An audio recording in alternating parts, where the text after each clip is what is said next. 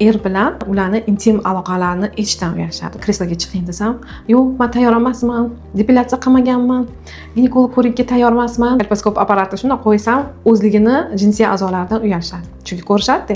Ko'p narsadan uyalishadi. Birinchidan, ginekolog ko'rigidan nimagadir uyalishadi. Ba'zi bir ayollarimiz kelganda kresloga chiqing desam, "Yo'q, men tayyor emasman, depilyatsiya qilmaganman, ginekolog ko'rikka tayyor emasman" deyishadi. Ikkinchidan, ko'pchilik ayollarimizda menda endi bilasiz, kresloda to'g'risida kolposkop apparatim bor.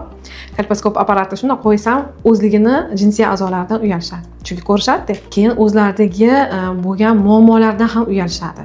Ya'ni o'ylashadiki, menda shunaqa bo'lsa kerak, faqat boshqa ayollarda unaqa bo'lmasa kerak deb ochiq-oydin hattoki shifokorga aytishga uyalishadi. Yana bir nimadan uyalishadi? Er bilan ularni intim aloqalarini eshitishdan uyalishadi. Bu narsaga to'g'ri deb qarayman. Baribir er-xotin o'rtasidagi intim hayot o'zini o'rtasida qolishi kerak. Lekin sog'liqqa zarar yetkazadigan agar holat bo'lsa, albatta shifokorga aytish kerak.